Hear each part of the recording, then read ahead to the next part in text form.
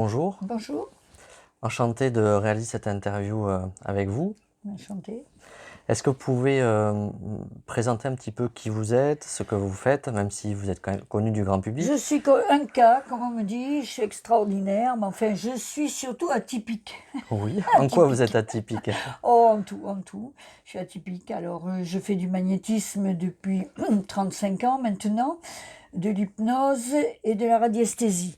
Bon, j'ai appris beaucoup de choses. J'ai appris l'iridothérapie, Mhm, ok. l'hydroculithérapie, l'iridologie.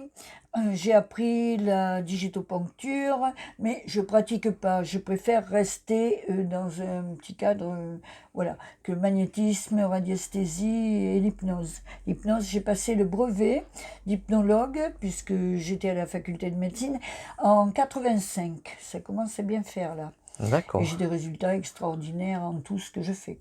Et notamment, donc, vous avez deux chiens avec vous. Je Ah, sais que vous êtes très attaché aux animaux. ce sont mes mascottes, ça, mais j'ai 200 animaux à la maison, un Oui. peu de tout. Des daims, des alpagas, des chèvres, des nandous, des grues couronnées, des biches, un peu de tout, un peu de tout. Et donc vous opérez sur les animaux et notamment vous Voilà, faites du je magnétisme. soigne les animaux par magnétisme Mhm. exactement comme je le fais sur les clients, pareil. Et ça marche très bien. Vous avez un exemple à nous citer dernièrement qui vous a Ah marqué? ben, avant-hier, on m'a emmené un chien, ça fait la troisième fois qu'on me l'amène, et c'était un chien qui avait de l'eczéma nerveux, qui se grattait au sang, mais il ne dormait pas. Les vétérinaires avaient essayé plusieurs traitements, il n'y avait absolument rien à y faire. Et les gens sont venus me le ramener pour la troisième séance, enthousiasmés. C'est incroyable, d'abord il passe ses nuits, il se gratte plus, et il n'y a plus rien, on voit plus rien au cou et sur le corps. Du reste, j'ai fait des photos, et chose extraordinaire, c'est que le poil repousse déjà. Le poil repousse alors qu'il avait perdu le poil et tout, c'est extraordinaire. Mais ça marche sur tout, même sur les chats, on m'amène des chats. Ou alors j'ai soigné un chien il n'y a pas longtemps aussi, il y a peut-être 6 mois, et Oui. qui avait été opéré, qui avait une escarre, mais un trou, vraiment un trou, et les vétérinaires ne pouvaient pas faire revenir. Moi, en 2, 3 séances, ça y est, la peau a repoussé, mais on ne voyait plus rien. Et vous travaillez en partenariat avec justement avec Les des vétérinaires, oui, oui, vétérinaires, oui. avec des Les médecins vétérinaires, les aussi? médecins. Il y a même des médecins que je connais pas qui m'envoient du monde. On me dit, tiens, je viens de la part du docteur untel que je connais pas. C'est vraiment. Et puis pour les brûlures aussi. Et les gens qui sont brûlés par la radioactivité, vous savez, Radiothérapie? voilà, Oui. la radiothérapie, de suite, j'enlève le feu. Mais le magnétisme agit absolument sur tout, tout, tout. Et donc c'est un besoin que vous avez de libérer cette énergie? De toute façon, je ne suis qu'un fil, hein, je suis un canal, c'est pas moi qui Mhm. soigne, hein. Mhm. Comme disait Ambroise Paré, c'est lui qui opère et Dieu qui guérit. Moi, c'est pareil. Je mets les mains, mais c'est Dieu qui guérit. Et comment ça vous est venu cette volonté, cette envie Ça m'est venu, bizarrement, ça m'est venu parce que j'avais acheté un terrain, donc il y a très longtemps, dans le Médoc. Oui. J'habitais Bordeaux. Et il n'y avait ni l'eau, ni l'électricité. Mhm. Et donc, on a fait venir un sourcier pour voir où était le puits d'eau et tout. Alors, tout le monde, à l'aide d'une baguette de noisetier, il suivait le point d'eau et il a dit voilà, ça s'est avéré tout à fait comme il a dit, à 7, 8 mètres, vous avez l'eau.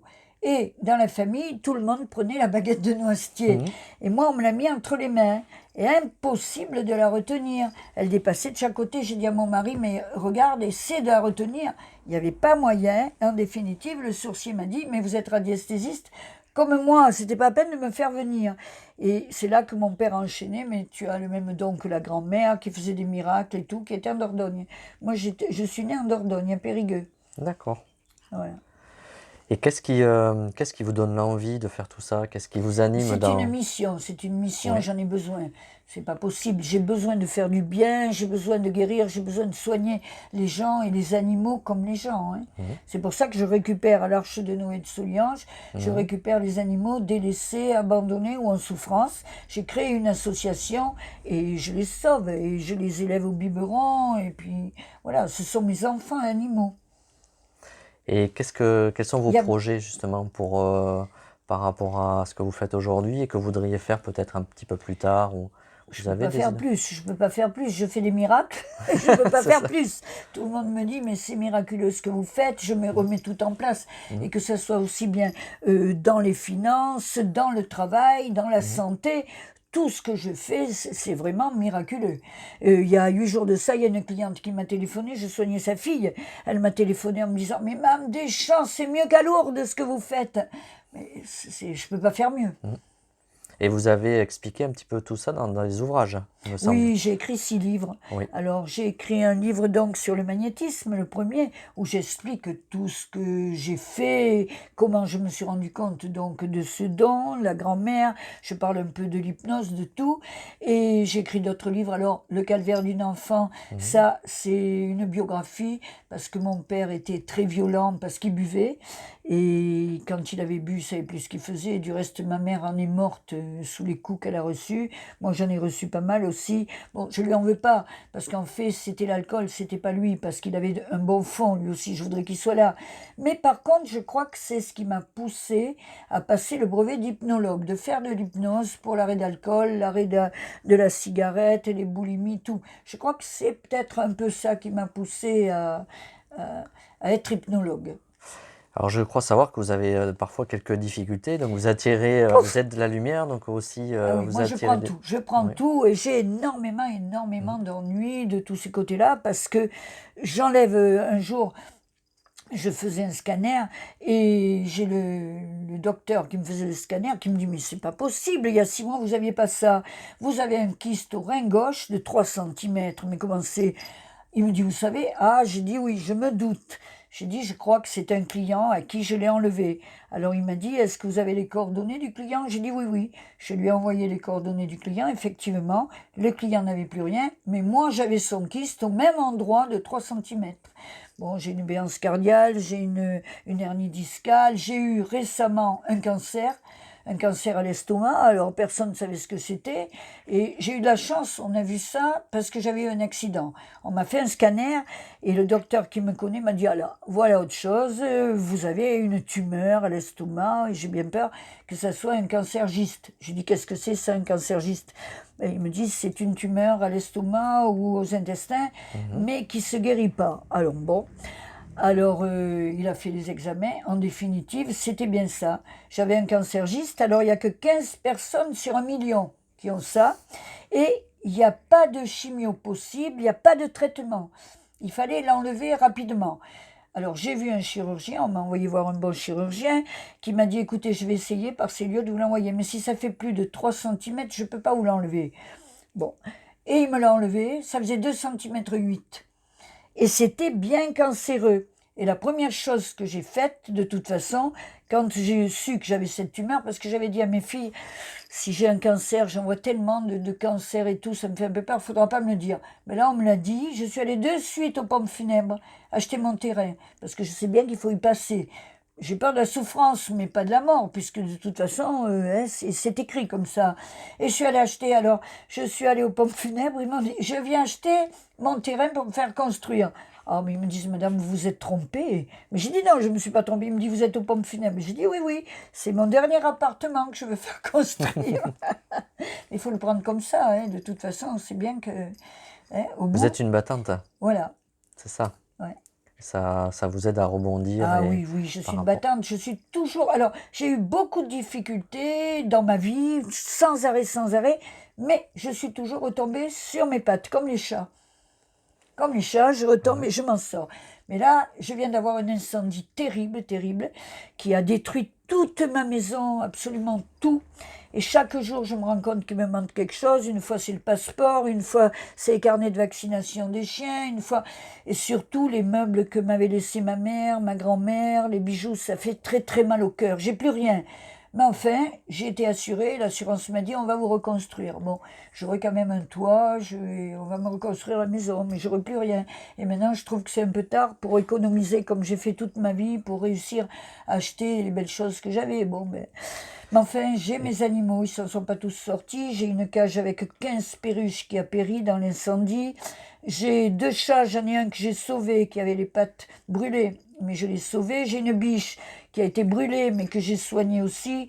Enfin, et j'ai un chat qui n'est pas mort, mais qui doit être brûlé, on n'arrive pas à attraper. Mais on va l'attraper, bon, ben, voilà. Et en off, vous m'aviez dit que vous avez été vraiment touché par l'élan de solidarité. Oh, j'aurais Est-ce que vous pouvez... jamais pensé ça. J'ai eu des aides, des bénévoles, des gens qui m'ont porté des chèques pour l'association, pour refaire des bénévoles, pour refaire les cabanes des animaux qui étaient détruites. J'ai eu des aides incroyables. Le maire de Toulouse, Jean-Luc Moudin, m'a aidé de tout ce qu'il a pu, c'est incroyable. Il m'a envoyé des poubelles pour mettre les graines des bêtes dans les poubelles, le pain dur, parce qu'en fait, mon accident, mon incendie est arrivé de ça.